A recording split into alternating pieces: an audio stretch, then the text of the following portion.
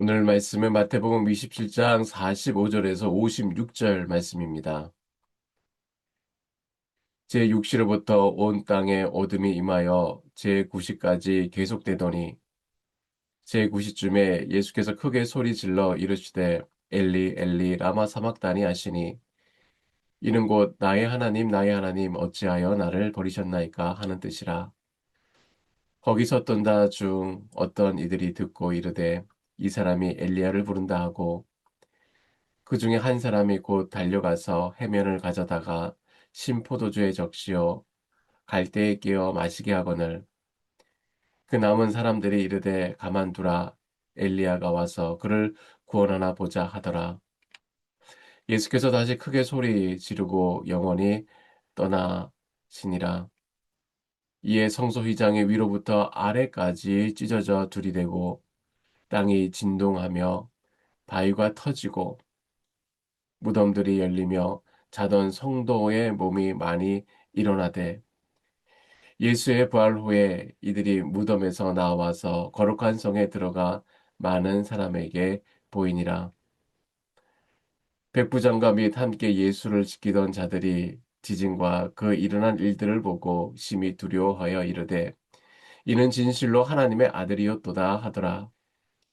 예수를 섬기며 갈릴리에서부터 따라온 많은 여자가 거기 있어 멀리서 바라보고 있으니 그 중에 막달라 마리아와 또 야고보와 요셉의 어머니 마리아와 또 세베대의 아들들의 어머니도 있더라. 아멘. 사람들은 흔히 십자가를 비극적인 죽음이나 끝이라고 생각하기 쉽습니다. 그러나 오늘 본문이 우리에게 보여주는 십자가는 정반대입니다. 십자가는 모든 것이 닫히는 마침표가 아니라 하나님 나라가 이 땅에 본격적으로 침공해 온 영광의 시작점입니다. 주님의 버림받으심을 통해 어떻게 우리의 외로움이 끝났는지, 휘장의 파괴를 통해 어떻게 에덴 문이 다시 열렸는지, 그리고 원수의 고백을 통해 어떻게 우리가 화해의 존재로 부름받았는지 함께 묵상하고자 합니다. 첫째, 십자가는 지독한 버림을 받음을 통해 구원의 길을 여신 사건입니다. 성경은 예수님의 죽음을 설명하기 위해 구약에 아주 슬픈 예표 하나를 듭니다. 바로 레위기 16장에 등장하는 아사엘의 염소입니다.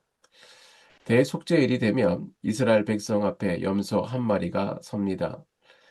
대제사장은 그 염소의 머리에 두 손을 얹고 백성들의 온갖 추악한 죄를 낱낱이 쏟아냅니다.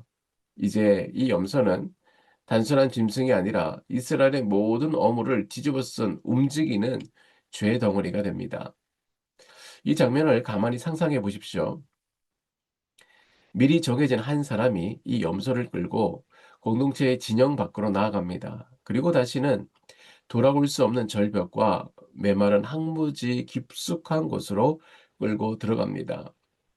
그리고 인정사정 없이 광야 끝에 버려진 염소는 뜨거운 태양과 굶주린 맹수들, 그리고 무엇보다 철저한 고립 속에 홀로 남겨집니다.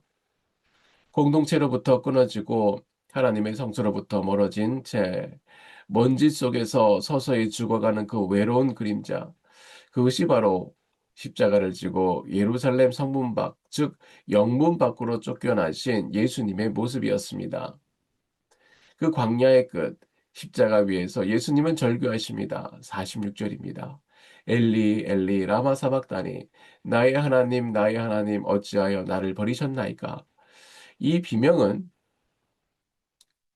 못 박힌 살점이 찢겨나가는 통증 때문이기도 하지만 근본적으로 영원 전부터 단 한순간도 끊어진 적이 없던 성부와 성자의 그 완벽한 사랑이 죄 때문에 찢어나가는 고통입니다.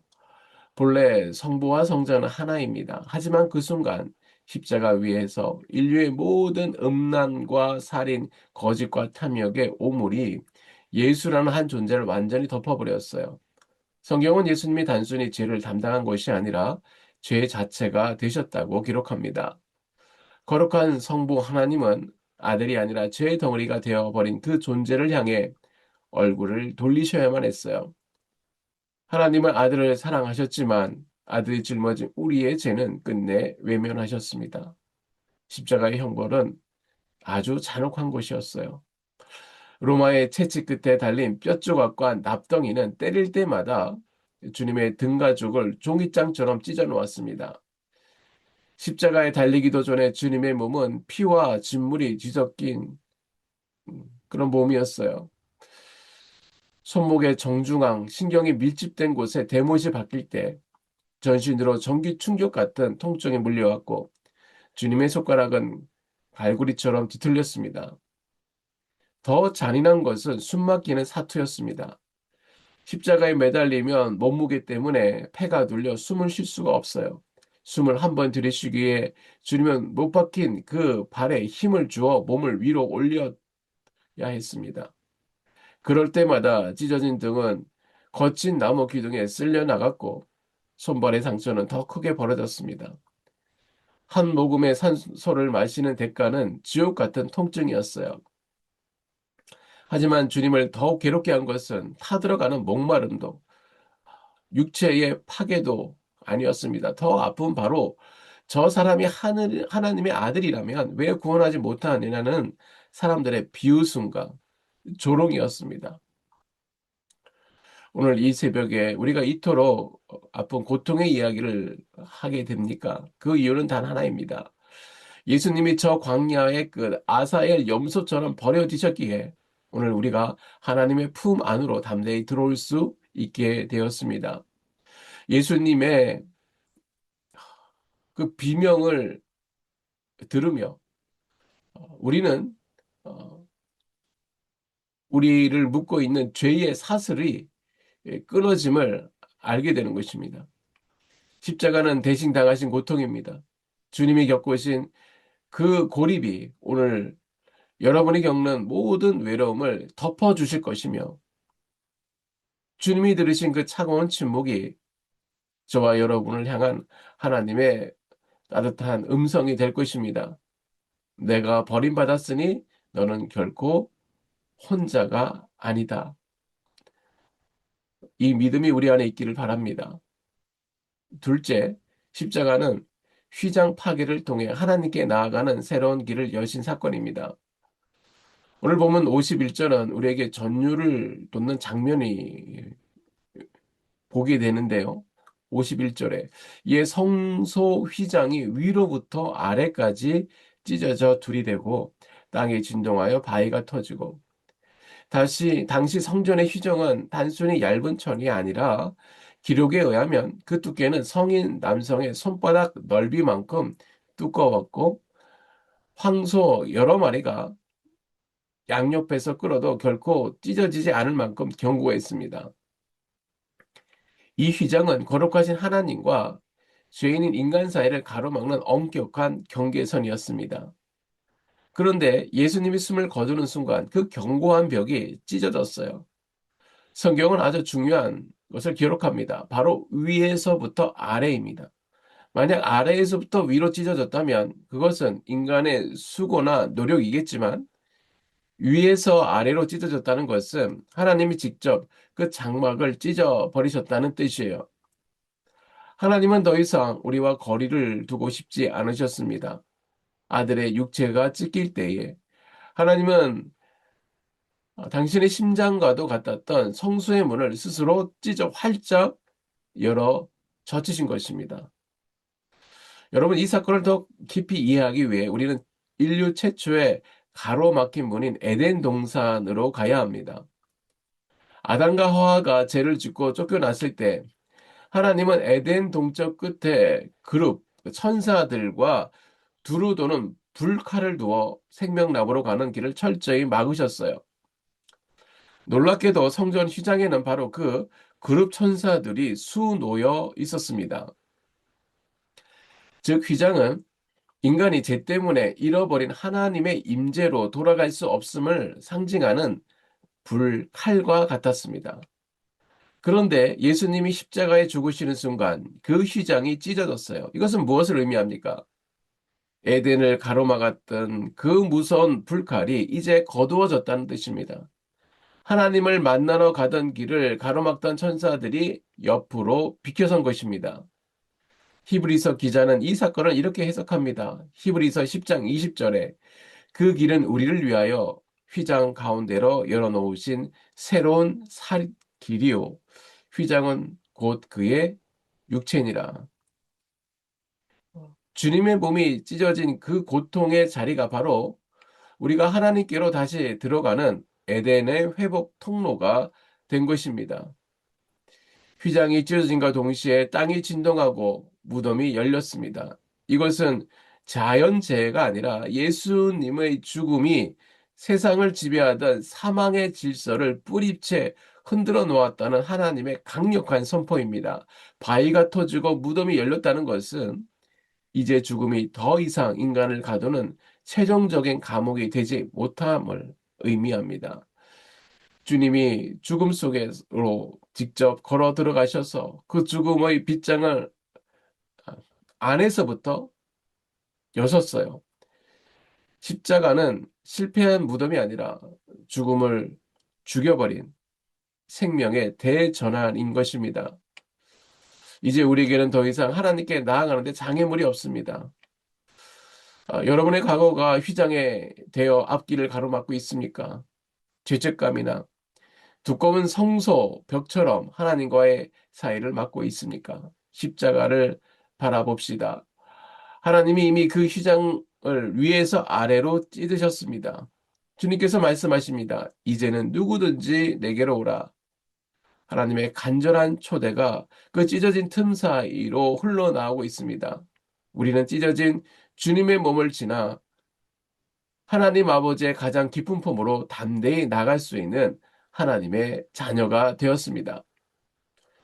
셋째, 십자가는 백부장의 고백을 통해 화해와 일치의 새로운 인류를 세우는 사건입니다. 예수님이 숨을 거두시는 그 순간 가장 의외의 장소에서 가장 위대한 고백이 터져 나옵니다. 본문 54절입니다. 백부장과 및 함께 예수를 지키던 자들이 심히 두려워하여 이르되 이는 진실로 하나님의 아들이었도다 하더라. 이 장면을 깊이 묵상해 보십시오. 하나님의 아들이라는 고백은 베드로나 사랑받던 제자들의 입에서 먼저 나와야 했습니다. 그런데 주님의 죽음을 가장 가까이서 집행했던 이방인 로마 장군, 즉 유대인의 원수였던 백부장의 입술에서 이 고백이 터져 나왔어요. 이것은 무엇을 의미합니까? 십자가는 이제 혈통과 인종과 유대인과 이방인이라는 견고한 벽을 허물고 새로운 인류가 태어나는 자리가 되었습니다. 성경적 예를 들어볼까요? 구약 시대에 나아만 장군이 이스라엘의 원수 국가인 아람의 장군이었음에도 불구하고 요단강에서 고침을 받고 이스라엘 외에는 온 천하에 신이 없는 줄 아나이다라고 고백했던 사건입니다. 나아만의 고백처럼 십자가는 가장 먼 곳에 있던 원수조차 무릎 꿇게 만드는 강력한 화해의 복음이었습니다. 에베소서 2장 14절은 이를 분명하게 말합니다. 그는 우리의 화평이신지라 둘로 하나를 만드사 원수된 것 곧 중간에 막힌 담을 자기의 육체로 오시고 주님이 십자가 위에서 아버지 저들을 용서해 주옵소서라고 빌었던 그 기도가 자신을 죽이던 백부장의 영혼을 녹여버린 것입니다. 세상은 힘으로 굴복시키려 하지만 십자가는 대신 죽어줌으로 원수를 형제로 바꿉니다. 이 용서의 십자가를 가장 잘 보여준 성경의 인물이 바로 스데반입니다. 그는 자기를 향해 돌을 던지는 사람들을 보며 주여 이 죄를 그들에게 돌리지 마옵소서라고 기도하며 잠들었습니다. 이것이 바로 주님이 뒤를 잇는 제2의 십자가입니다. 십자가는 나를 증명하는 자리가 아니라 상대를 살리기 위해 나를 지우는 자리입니다. 진실로 하나님의 아들이었다라는 고백을 끌어내는 유일한 길입니다. 나의 옳음을 주장하는 소리를 낮추고 주님의 침묵을 배우길 원합니다. 우리가 십자가 뒤로 숨을 때에 비로소 화해의 문이 열립니다. 죽음으로 모든 벽을 허무신 주님을 따라 오늘 하루도 화해와 일치의 도구로 쓰임받는 저와 여러분 되기를 바랍니다. 말씀을 마무리합니다. 주님은 십자가를 통해 우리에게 분명히 말씀하셨어요. 내가 버림받음의 자리에 섰으니 너는 더 이상 버림받은 인생이 아니다. 내가 홀로 그 길을 갔으니 너는 이제 결코 외로운 혼자가 아니다. 이 주님의 음성을 붙들고 이제 십자가의 길을 걸어가기를 소망합니다. 그 길은 좁아 보여도 생명의 길입니다. 그 길은 눈물로 시작될 수 있어도 결국 부활의 영광으로 이어지는 길입니다. 주님의 십자가를 붙드는 우리 모두 위에 그 부활의 소망, 그 능력이 충만하기를 주님의 이름으로 축원합니다. 다 같이 기도하시겠습니다.